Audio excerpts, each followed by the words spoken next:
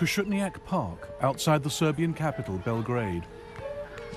In May 1914, a Bosnian student, Gavrilo Princip, came here with a Browning pistol for some target practice.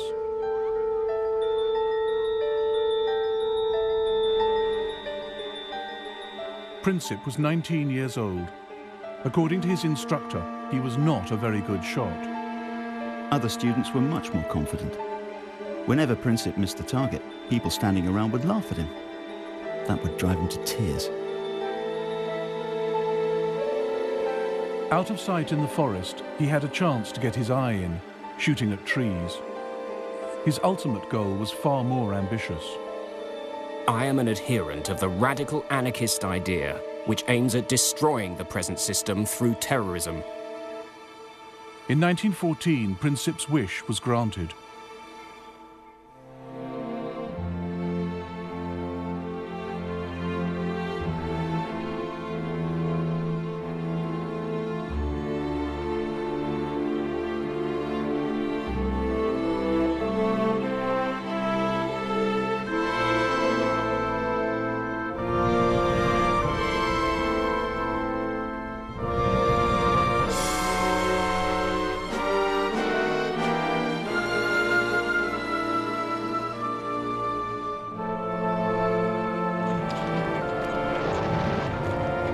The First World War began almost by accident. It ended just as strangely. In between, it was more destructive than any war had ever been.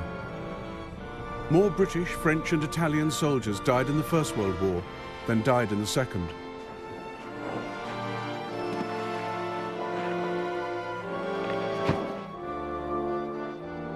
It was the first genuinely global conflict, fought not just on the fields of France and Flanders, but up mountains, across deserts, at sea and in the air. The First World War shaped the 20th century. It sparked the Russian Revolution. It launched America as a world power. The fault lines from its failed peace settlement led the world to a second terrible war barely 20 years later, then to the Cold War. But the ideas the men of 1914 fought for still shape our world today. Nationalism and democracy, the rule of international law and the rights of nations. Now, after the collapse of communism, the European map resembles the one redrawn by the First World War. We live with its unresolved, bitter consequences in the Middle East and the Balkans. And it was in the Balkans that it all began, nearly 100 years ago.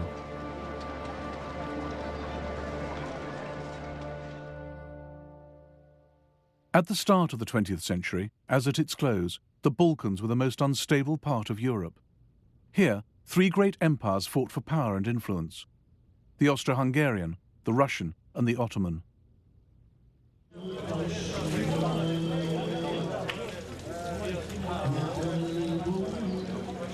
For hundreds of years, the Ottoman Turks had the upper hand. Serbia, Bosnia, Albania were under their control.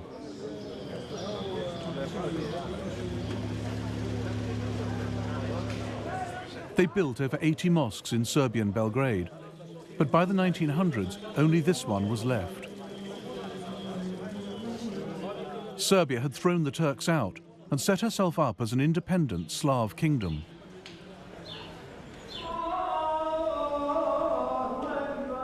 But right on Serbia's border was an even greater challenge to Slav nationalism: the Austro-Hungarian Empire.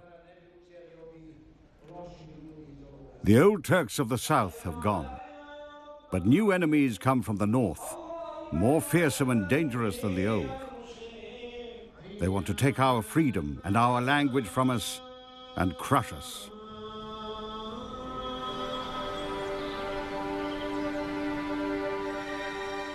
Gavrilo Princip was born in a poor, mountainous part of Bosnia.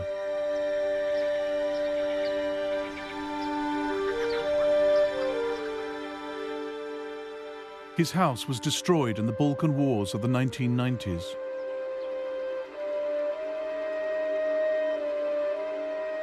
His initials, carved in 1909, are one of the few signs he ever lived here.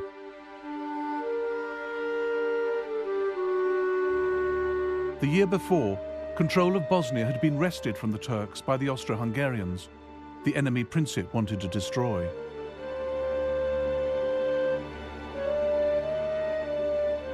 His particular target was the heir to the Austro-Hungarian throne, Franz Ferdinand, member of the ruling family, the Habsburgs.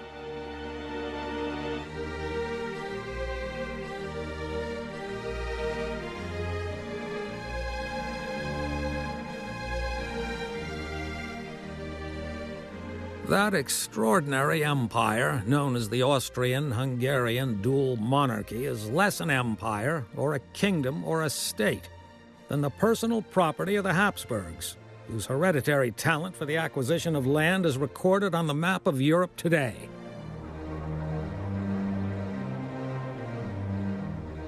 The empire was ruled by Franz Ferdinand's uncle, Franz Joseph. He sat on two thrones, as Emperor of Austria and King of Hungary. By 1914, he'd been in charge for 66 years. He'd spent them trying to resist change of any kind. Hardly ever seen out of military uniform, he hated the idea of political reform. As he told US President Theodore Roosevelt, "You see in me the last European monarch of the old school."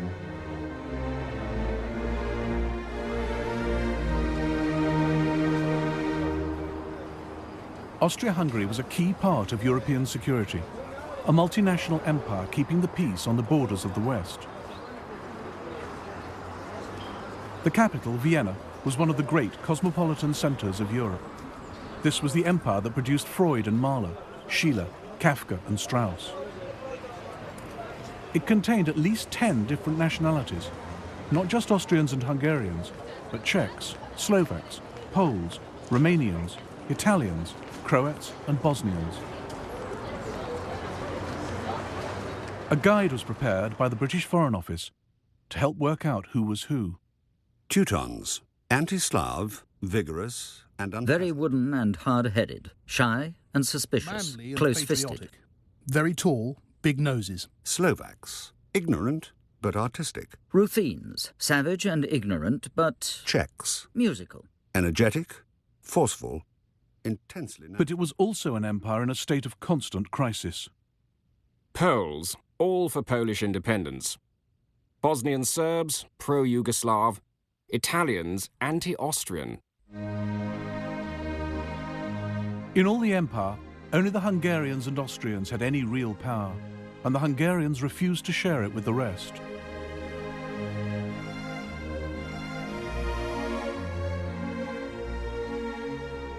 For countries like Serbia, Austria-Hungary was the prison of nations, a repressive, undemocratic state that ground small peoples under its heel.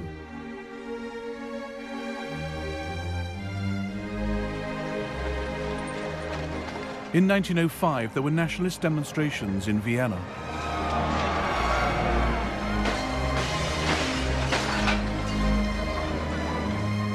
In 1912, there was rioting in Budapest. By 1914, there'd been ethnic unrest in nearly every part of the Austro-Hungarian Empire. Local parliaments were suspended, troops brought in to restore order.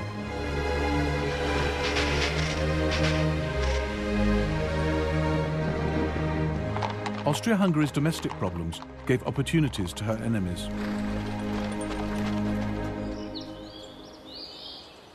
Serbia wanted the breakup of the empire. She welcomed national unrest, particularly in Croatia and Bosnia.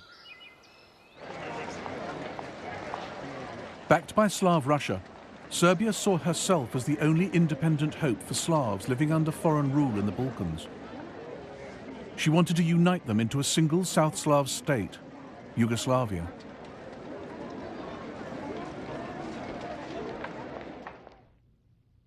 Dragutin Dimitrievich was an officer in the Serbian army. He opposed any kind of friendship with Austria. The blind surrender to Austria's embrace was a most shameful betrayal of Serbian traditions. I realized that Serbia must in full measure become the leader, not only of Serbs, but of Yugoslavia. Dimitrievich believed killing kings could bring political change. It had worked for him in the past.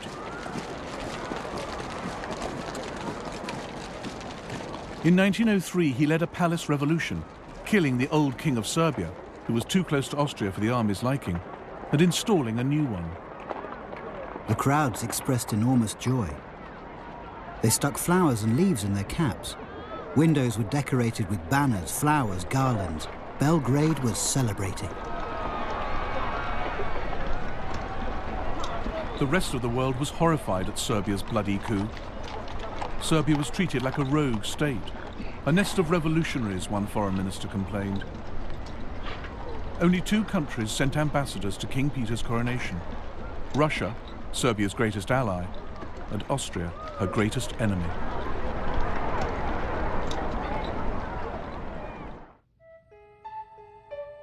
Dimitrievich was also one of the founding members of the Black Hand, a secret military society that used terrorism and assassination to try and establish Yugoslavia. He is said to have sent men to murder Austro-Hungarian military leaders and cabinet ministers. He allegedly tried to kill Emperor Franz Joseph. One saw him nowhere, yet one knew that he was doing everything.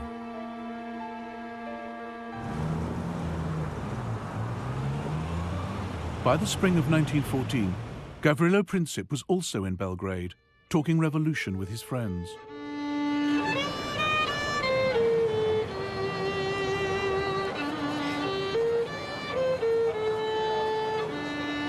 Then the young Bosnians heard that Archduke Franz Ferdinand would visit Sarajevo in June. Here was their chance to match deeds to words. Luckily for them, their plans reached the ears of Dimitrievich and the Black Hand.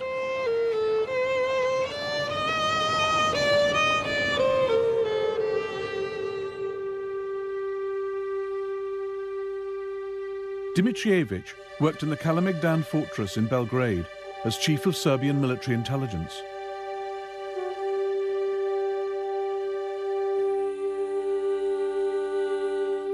In the spring of 1914, Major Voja Tankasic, also in the Black Hand, walked into his office with a question.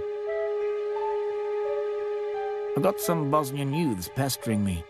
These kids want to pull off some great deed at any cost. They've heard that Franz Ferdinand is coming to Bosnia and have begged me to let them go there.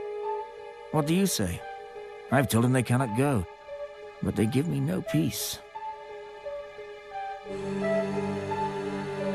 Franz Ferdinand was going to Bosnia to observe the Austro-Hungarian army's maneuvers in the hills outside Sarajevo.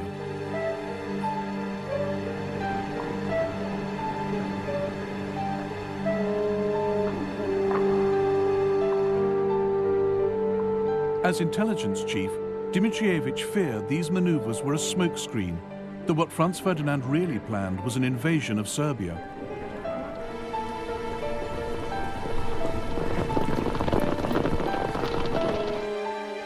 As leader of the Black Hand, he believed anything that destabilized Austria-Hungary was good for his beloved Serbia.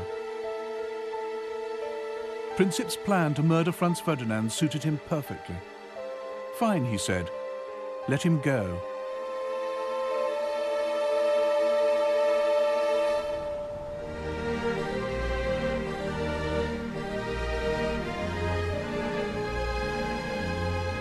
Unlike Gavrilo Princip, Archduke Franz Ferdinand was an excellent shot. One of his castles, Konopisht, in what is now the Czech Republic, is full of the evidence. By the age of 50, he'd shot 5,000 stags, as well as 200,000 other animals, all carefully numbered. Anyone who disturbed the Archduke's peace at Konopisht by trespassing on his land, as unsuspecting trippers sometimes did on Sundays, had to reckon with being shouted at by an irascible and almost apoplectic proprietor, who threatened to shoot anyone who dared set foot in his grounds a second time. By 1914, Franz Ferdinand was emperor in waiting. Everyone knew it couldn't be long before his uncle died. Even the official portrait was ready, Franz Ferdinand with the stars and sash only the emperor could wear.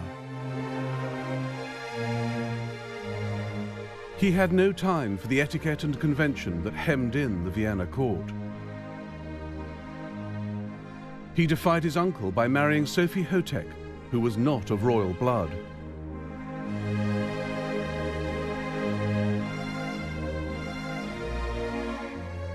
The most intelligent thing I've ever done in my life has been the marriage to my Soph. She is everything to me. My wife, my advisor, my doctor, my guardian angel. In a word, my entire happiness.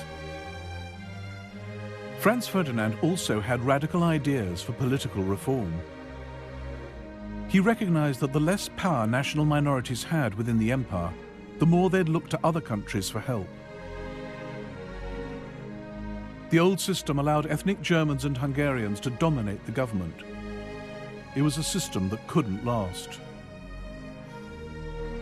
I can't help being surprised that there is any loyalty left among the nationalities after their treatment for so many years past. I must have them with me. This is the only salvation for the future. In 1914, the German emperor came to stay with Franz Ferdinand at Konopishcht. The Kaiser had a simple solution for dealing with troublesome national minorities. The Slavs are born not to rule, but to obey. This must be brought home to them. And if they imagine they can look to Belgrade for their salvation, they must be cured of this belief. But Franz Ferdinand had a better idea. He thought political reform was the best way to keep the multinational Austrian Empire on its feet and protect his own future as emperor. He had this map drawn up, showing how the Habsburg Empire could become the United States of Great Austria. Above all, Franz Ferdinand wanted to avoid war in the Balkans. One night, he made a toast after dinner. To peace. What would we get out of war with Serbia? We'd lose the lives of young men, and we'd spend money better used elsewhere. And what would we gain, for heaven's sake? A few plum trees, some pastures full of goat droppings, and a bunch of rebellious killers. Gavrilo Princip crossed the border from Serbia into Austria-Hungary here at the Drina River. He paddled out to Isakovic Island, where there was a Serbian guard post. The soldiers helped him wade ashore into Bosnia.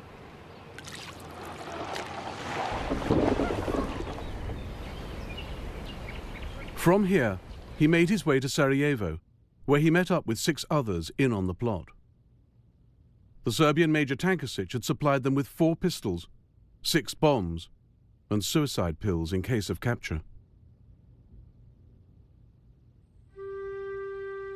They were already in Sarajevo when Franz Ferdinand arrived outside the capital on the 25th of June. They planned to attack him 3 days later as he drove from the railway station to the town hall. One would be stationed at the first bridge on this road. Princip and the others would cover the rest of the route.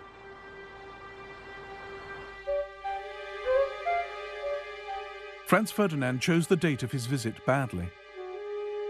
Sarajevo was decked in flags for the occasion, but the 28th of June was Serbian National Day, a natural focus for hatred of the Habsburgs, as the Serbian ambassador to Vienna warned. This will cause much discontent. Some young Serb might put a live round rather than a blank in his gun and fire it. Therefore, it might be good if Archduke Franz Ferdinand were not to go to Sarajevo. But the Austrians laughed off the ambassador's fears. On the morning of the 28th of June, Franz Ferdinand and Sophie arrived by train in Sarajevo. Despite the warnings, security was light. No soldiers lined the streets, just a handful of policemen.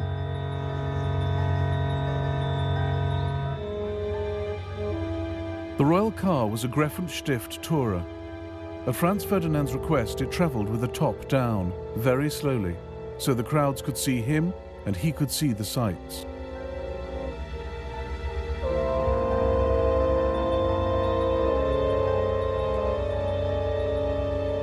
As the procession passed the first bridge, the conspirator there threw his bomb. Sitting opposite the royal couple was Oskar Potiorek. The explosion came immediately after the Archduchess's cry to drive on quickly. I was sure no damage had been done to our car, and the Archduke commented very calmly, "I've always thought something like this might happen." The bomb had bounced off the car, exploding behind it and wounding 2 officers and some onlookers.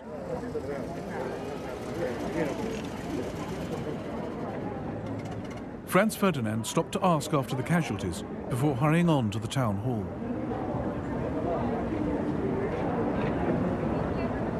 There, the mayor of Sarajevo began his official welcome speech. The Archduke interrupted. Lord Mayor, what is the good of your speeches? I come to Sarajevo on a friendly visit and someone throws a bomb at me. This is outrageous. So far, the young Bosnian's plans had gone badly wrong.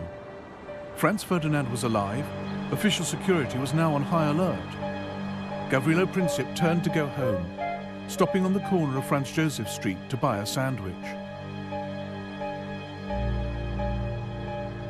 Then his luck changed. Franz Ferdinand had left the town hall. He should have been driven straight along the river, travelling too fast to give any other assassins a chance. But his driver took a wrong turn at the corner of Franz Joseph Street.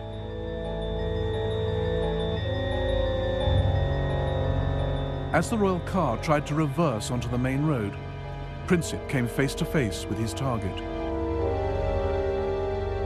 At that moment, I heard the crack of a pistol shot, followed swiftly by another, and saw in the same split second a man standing right in front of me being thrown to the ground by the people around him, and the shining sabre of a security guard descending on him.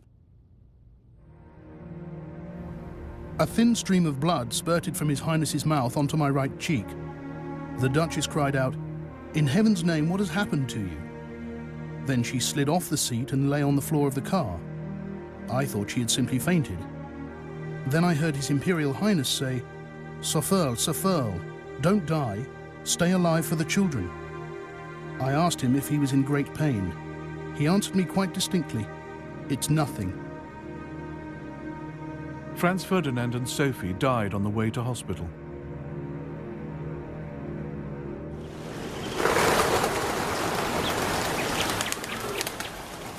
The people of Sarajevo didn't know that a clutch of Serbian army officers had secretly sponsored the assassination. But they made the same leap the world did, that Serbia had as good as pulled the trigger herself. The pro-Austrian element in the crowd went wild. The excitement of the moment turned into fury against everyone and everything Serbian. Serbian shops, schools and churches were smashed and looted.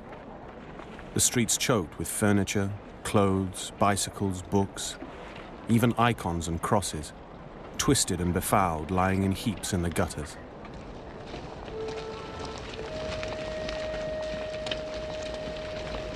Over 200 Serbs were arrested in Sarajevo alone. Local officials hanged some in the city prison. Many more died in pogroms across Bosnia and Herzegovina.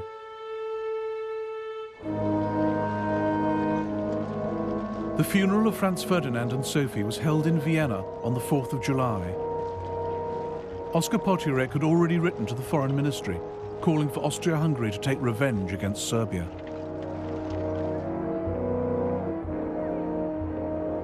We must take the first opportunity for a destructive blow against Serbia to give the monarchy a few decades of calm internal development. Serbia must learn to fear us again.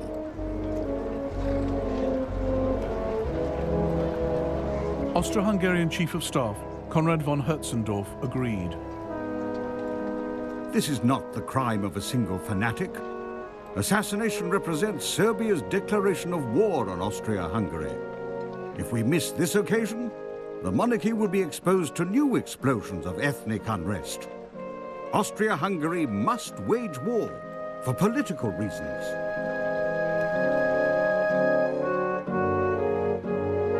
In life, the Crown Prince had been a champion of peaceful coexistence with Serbia. In death, he was becoming a cause for war.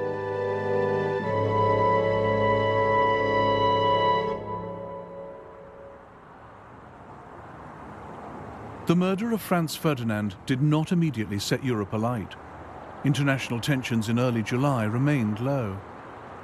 But behind the scenes in Vienna, Austria-Hungary's leaders were planning how to take revenge on Serbia without getting stamped on by Serbia's powerful friends.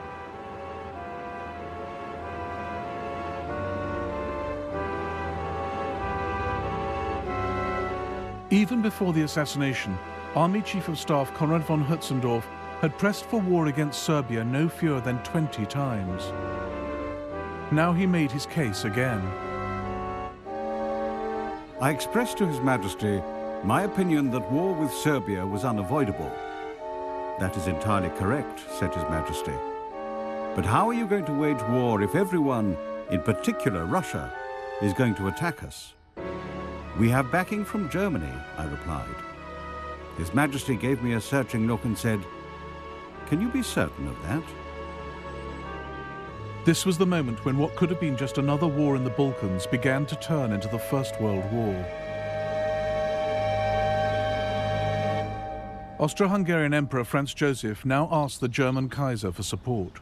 On the 6th of July, he got just the answer he wanted. The German government is of the opinion that we must decide what is to be done. Whatever we decide, we may always be certain that we will find Germany at our side, a faithful ally and friend of our monarchy.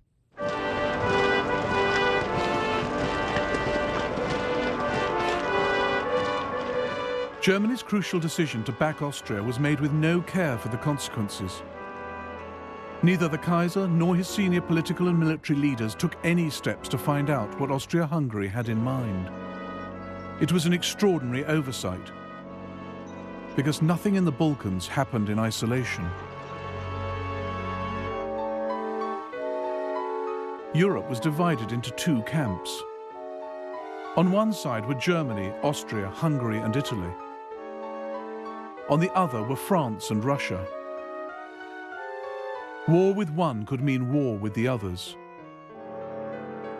No one knew how Russia would respond if one of the leading Balkan countries was attacked. She might go to war with Austria to protect Serbia. Then Germany would have to fight to protect Austria.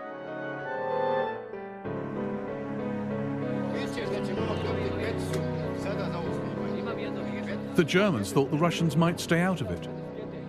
The German ambassador in St. Petersburg insisted Russia couldn't risk war for fear of internal revolution. The German foreign minister decided Austria would quietly settle with Serbia. The German chancellor, Bethmann Hollweg, was almost as confident. The crime of Sarajevo was reprehensible, but politically it would have the positive result of making Russia thoroughly disgusted with the Serbs.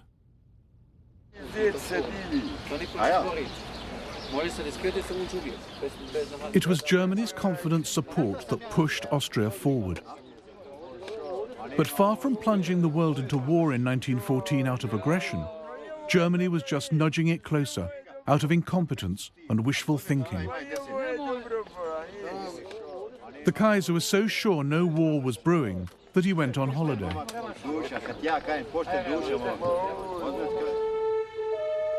In Sarajevo, the trial of Gavrilo Princip was underway. The court had plenty of evidence to prove that Serbian army officers had helped him. And with Germany's unconditional support, that was enough for Austria. She sentenced Princip to 20 years in jail, where he died in 1918. She sent Serbia an ultimatum.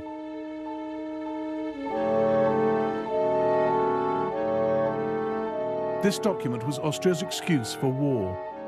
It was filled with demands so extreme and insulting that Serbia could never accept them. But just in case they did, the Austrian ambassador in Belgrade was ordered to reject any reply as unacceptable. He delivered the ultimatum at 6 p.m. on the 23rd of July, 1914. Slavka Mihailovich was a Belgrade doctor. The news of the ultimatum spread quickly, and soon there was a real alert. Streets and bars were crowded with anxious people. Everybody wondered what answer our government would give, whether a new war would be avoided.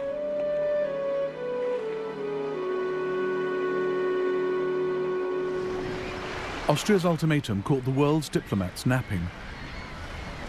The French government, the French press, and public opinion have been inconceivably surprised. Paris is almost dead. All the ambassadors but one are out of town. The Italian ambassador is in Ireland.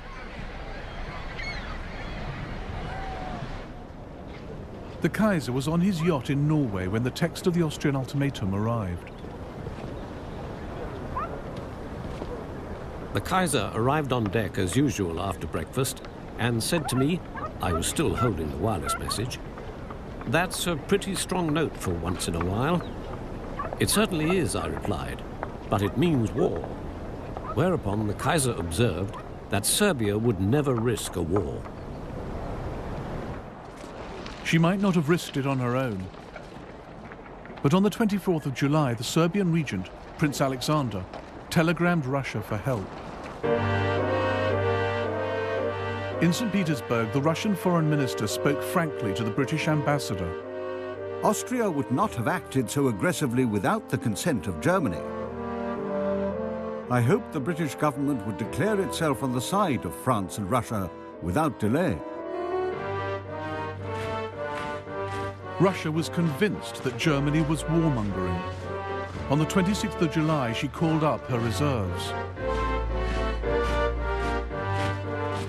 This was the second key stage of the crisis, as Britain's Foreign Secretary Edward Grey warned on the 28th.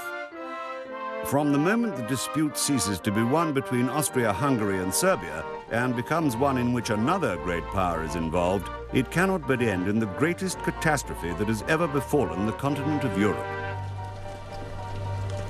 Austria-Hungary declared war on Serbia that same day. The first shots of the war were fired from here, the Austrian fortress of Zemun, just across the river from Belgrade.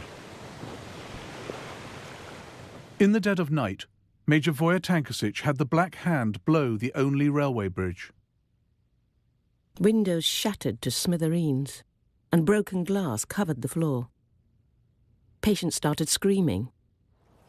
Then there was another explosion, and another one. So it was true. The war had begun.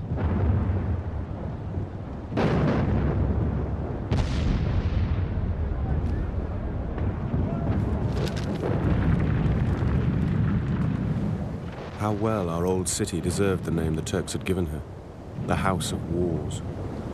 Shells fired from all sides were crisscrossing above her. The Austrians had peculiar weapons, the so-called monitors, little boats armed with heavy guns circling Belgrade like rabid dogs and firing from every direction. It was still only a war between Austria-Hungary and Serbia. And on the 29th of July, as the shells fell on Belgrade, there was a final attempt to keep it that way. A series of last-minute telegrams flashed across Europe. Tsar to Kaiser, cousin to cousin. Dear Willie, an ignoble war has been declared on a weak country. The indignation in Russia is enormous. Dear Nicky, I am exerting my utmost influence on the Austrians. I confidently hope you will help me to... Dear Willie, my troops shall not take any provocative action. But by now, the crisis was beyond the control of monarchs or politicians. It was in the hands of the military. From the moment Russia mobilized her army, German generals knew their own clock was ticking.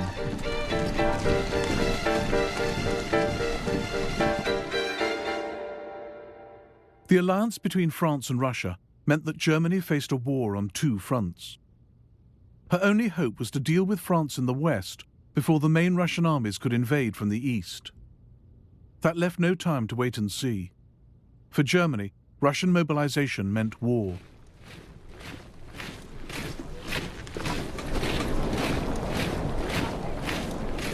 Germany hadn't looked for a fight. Her generals knew a European war would be long and devastating, even for the victors. But if it was going to happen, they thought, better sooner than later. According to all competent observation, Russia will be prepared to fight in a few years. Then she will crush us by the number of her soldiers. Then she will have built her Baltic Sea Fleet and strategic railways. Our side, meanwhile, will have grown steadily weaker. On the 1st of August, Germany declared war on Russia. 2 days later, she declared war on Russia's ally, France.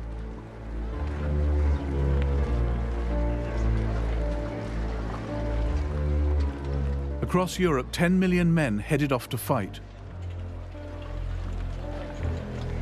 For all the bans and flag waving, many went unwillingly to war. Where are we off to? France, Belgium, or the East? At the station, people waved goodbye, some with handkerchiefs. I thought of my wife and child left alone at home. In fact, it wasn't so much a thought as a fearful shadow flitting over my soul.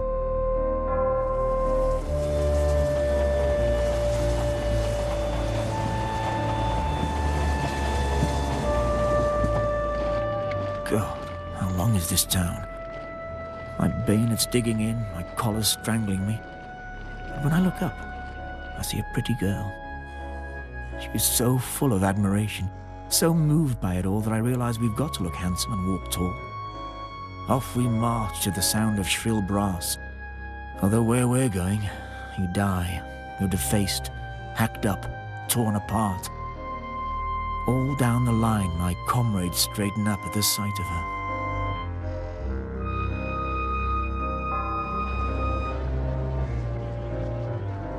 There's great excitement among my comrades. The bachelors are calm, they're even joking about it. Family men are depressed. Some are saying we'll get nothing from this war. We'll get beaten by the Germans. What's in it for us peasant soldiers? Why have we got to fight for some offended Serbs? The leaders had little better idea why they were fighting than the men. They had no lists of war aims. Germany and Austria, Serbia, Russia and France were all convinced they were fighting a defensive war, forced on them by someone else.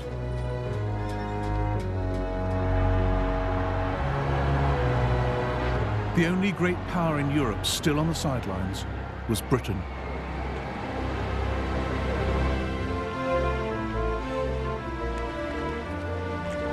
On the 2nd of August 1914, Britain was still at peace, but only just. We've been in a state of great excitement as the reservists are being called up. All the railways are guarded. Everything points to the Great War, so long expected, being upon us. But Britain was the only great power who could not claim she was the victim of aggression. Nobody had attacked her, so why should she fight? It wasn't really to defend the rights of small nations, at least not Serbia, according to the Manchester Guardian. If it were physically possible for Serbia to be towed out to sea and sunk there, the air of Europe would at once seem cleaner. Nor was Britain bound by treaty obligations, as the Foreign Secretary, Edward Grey, assured Parliament. We are not parties to the Franco-Russian alliance. We do not even know the terms of the alliance. But in private, Grey and other leaders knew that Britain had to fight. If Britain stayed neutral, the war would still threaten the country's vast empire, its global trade and security. And Britain needed to stay on friendly terms with France and Russia. Even in peacetime, she was not powerful enough to defend her empire against everyone.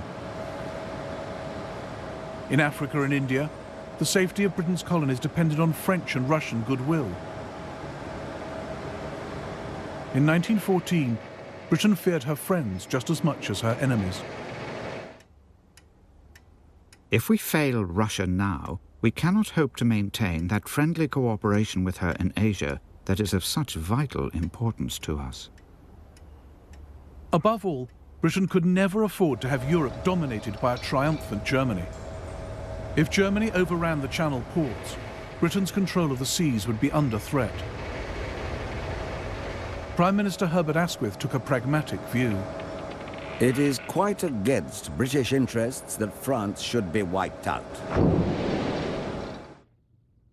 At 11 p.m. on the 4th of August, Britain declared war on Germany.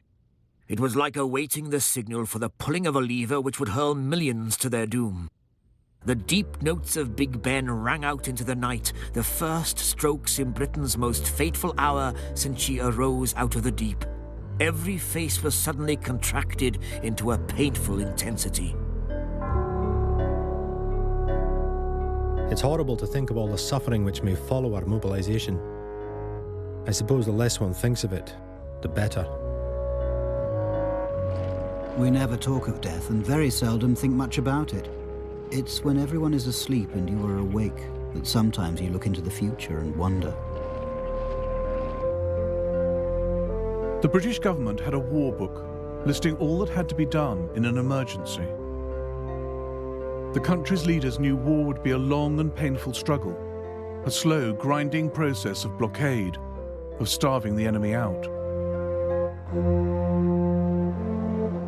But most civilians had no idea what they were getting into.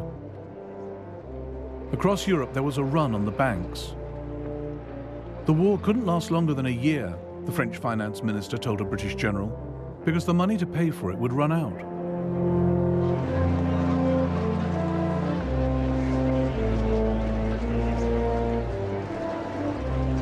Most people expected Britain, with the largest navy in the world, to fight a sea war. The Foreign Secretary reassured the nation.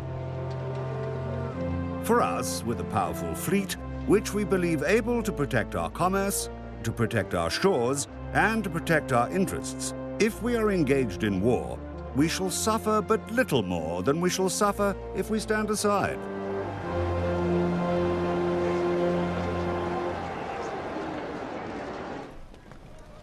Bert Fielder was a sergeant in the Royal Marines.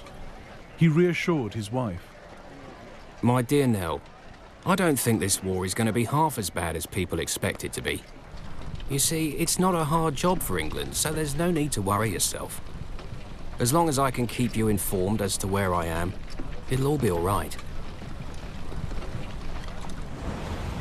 But the weapons with which the world went to war were so new that few had ever been fired in anger. Countries were armed with battleships and submarines less than 10 years old. Nobody really knew how to use them. All the European powers had been stockpiling new artillery, machine guns, explosive shells. But none had fought a major war in Europe for over 40 years.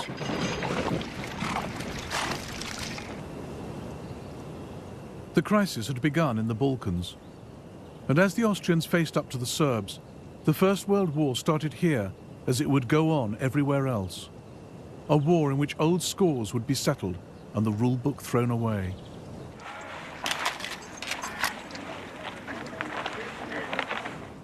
The war is taking us into a country inhabited by a population inspired with fanatical hatred towards ourselves. An attitude of extreme severity, extreme harshness, and extreme distrust is to be observed towards everybody. In some sectors, Serbian civilians did fight a guerrilla war, not in uniform, not in the regular army. It was hard for the Austrians to tell who was a real enemy, who was not. But their reprisals against the Serbian people were vicious.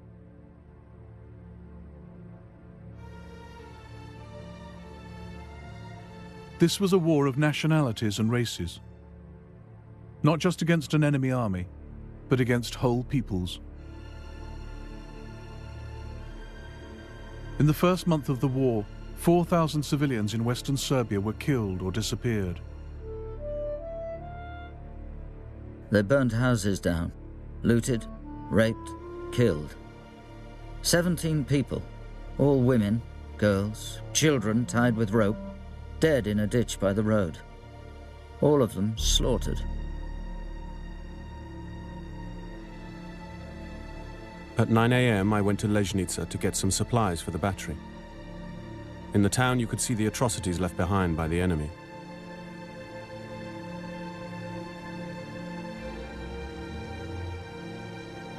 Ten people, some children among them, had been hanged near the church. About 100 people, their throats cut at the railway station. A terrible sight to cast your eyes on.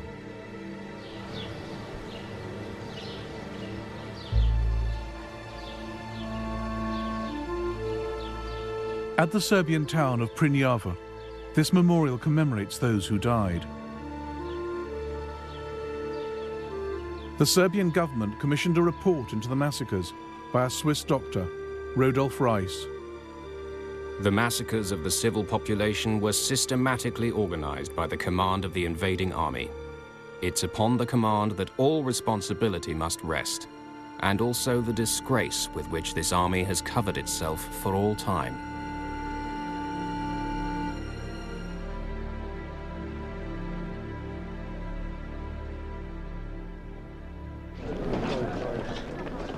Austria-Hungary was far less ruthless when it came to fighting the Serbian army. That too set a pattern for the war, a foretaste of the military weakness which would dog Austria-Hungary's partnership with Germany. This was a war in which events on one front could have a critical effect on another.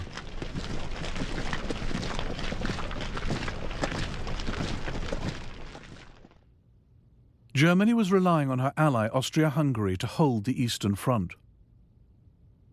With Russia massing on her borders, Germany was horrified to learn Austria had concentrated her reserves not against Russia, but down in the Balkans to deal with Serbia. Meanwhile, the main Serbian army had marched up from the south of the country, gathering numbers as it went. On the 12th of August, it finally met the Austrians at Sayre Mountain.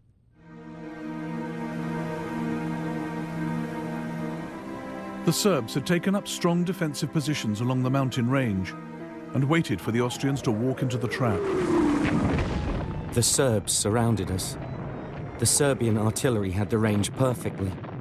Unluckily, so we were told by senior officers, we had arrived at the Serbian artillery practice area. Laughable. The Serbs easily beat off the Austro-Hungarian attack. We could see the enemy retreating along the river. Their ammunition train left all their carts in the valley and ran away as soon as they were hit by our artillery. A beaten army? No, an uncontrolled mob ran towards the border in senseless panic. Drivers whipped their horses. Officers and soldiers shoved and squeezed through between the columns of wagons.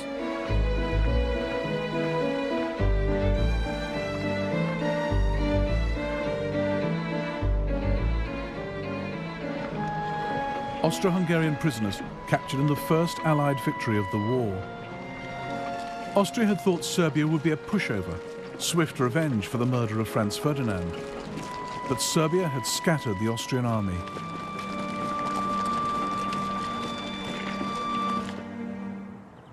The victories of 1914 cost Serbia 130,000 men.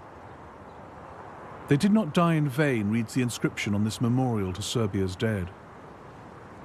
Every nation would learn that nothing in this war would be easy, quick, or clean.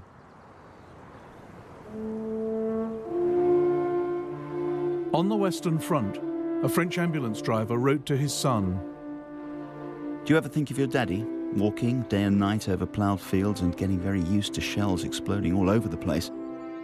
I'd really like to hear from you. How's school? Don't be too quick to learn the geography of Europe. I think it's all about to change."